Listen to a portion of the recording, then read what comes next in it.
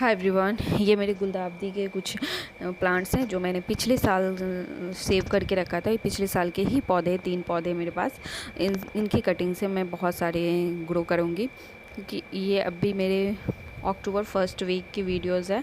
उस टाइम मैंने इनके कटिंग से प्रोपोगेट किया था।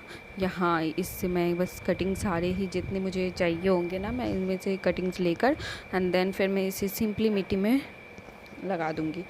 यहाँ पे मैंने किसी भी तरह के कंपोस्ट या किसी भी चीज़ का यूज़ नहीं करा है इसे लगाने के लिए। बस सिंपली मिट्टी को गीले करके देन मैं इसकी कटिंग्स को कट करूँगी और नीचे की कुछ पत्तियों को हटाकर और लगा दूँगी।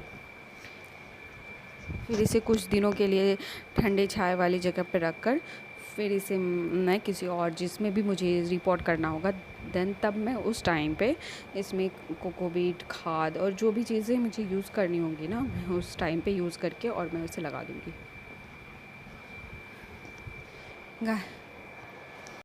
इसे लगाना बहुत इजी है और इसे सेव करके रखना भी बहुत इजी है। आप एक बारी इसकी कटिंग को कहीं से लेकर आ जाओ या फिर एक प्लांट लेकर आओ और उसकी कटिंग से आप बहुत सारे ढेर को प्लांट लगा सकते हो।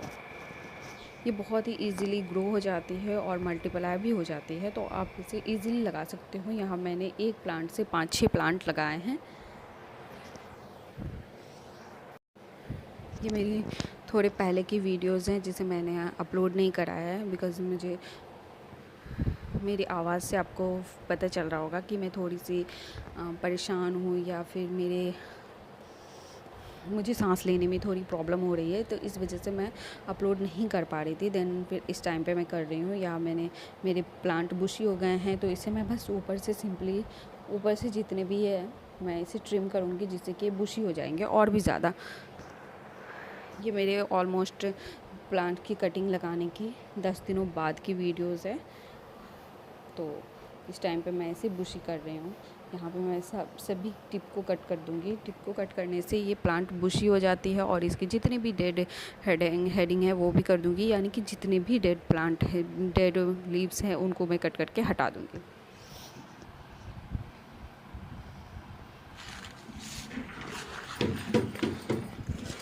ये मैंने इस ग्रो बैग में लगाया था, तो अब मैं इस ग्रो बैग से निकाल कर इसे पॉट में रिपोर्ट कर रही हूँ, क्योंकि ये मेरे कटिंग लग गए हैं। और कटिंग लगने के बाद इसकी ग्रोथ भी देख रहे हो कितनी अच्छी हो गई है, बुशी हो गए मेरे प्लांट।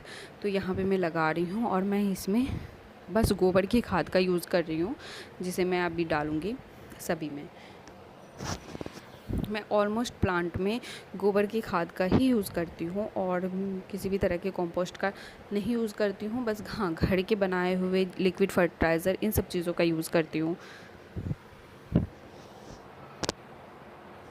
यहाँ रिपोर्ट करने के बाद अब मैं इन सब में गोबर की खाद डाल रही हूँ।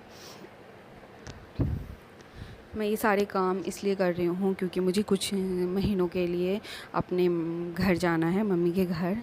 तो फिर मैं अपने इस टेरेस पे कुछ भी काम नहीं कर पाऊँगी, जिसकी वजह से कि मुझे इसलिए इतने पहले अक्टूबर में ही ये सारे काम करने पड़ रहे हैं।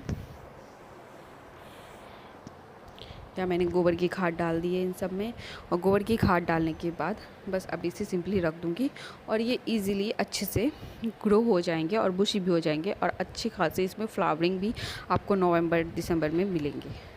क्योंकि अब भी अक्टूबर चल रहा है, तो इसलिए मैं अक्टूबर टाइम पे ये सारे काम कर रही हूँ, बिकॉज़ मुझे नवंबर में अपने घर जाना है, तो इसके लिए।